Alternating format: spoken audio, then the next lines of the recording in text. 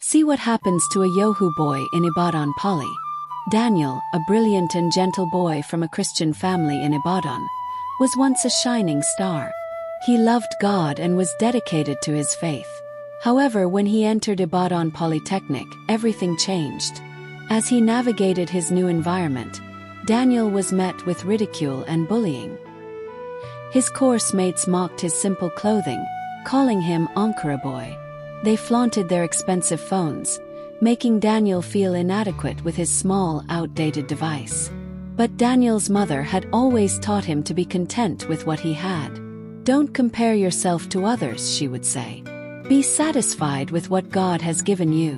One fateful day, Daniel met Pablo, a charismatic and wealthy student who seemed to have it all. Pablo was drawn to Daniel's brilliance and took him under his wing. But as Daniel spent more time with Pablo, he was introduced to a dark world of scamming and deceit. Pablo convinced Daniel to join him in his Yahoo schemes, promising him a life of wealth and luxury.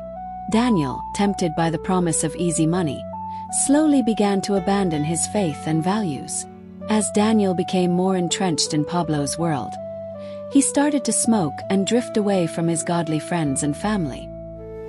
He stopped attending school fellowship and neglected his parents, ashamed of the person he had become. But Daniel's downward spiral was not without consequences. He became increasingly dependent on charm and herbs to lure clients online.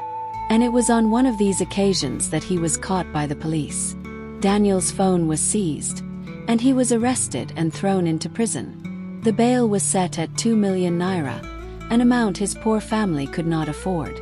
Daniel was left to rot in prison, haunted by the memories of his past mistakes. 6 long years passed, and Daniel was consumed by regret. He thought of his mother's words, "Be satisfied with what God has given you." He realized too late that his greed and desire for wealth had destroyed his life. As Daniel sat in his prison cell, he wept for the person he used to be. He wept for the mistakes he had made and the pain he had caused his loved ones. And he wept for the future he had thrown away. The story of Daniel serves as a cautionary tale about the dangers of greed, deceit, and the pursuit of wealth at any cost.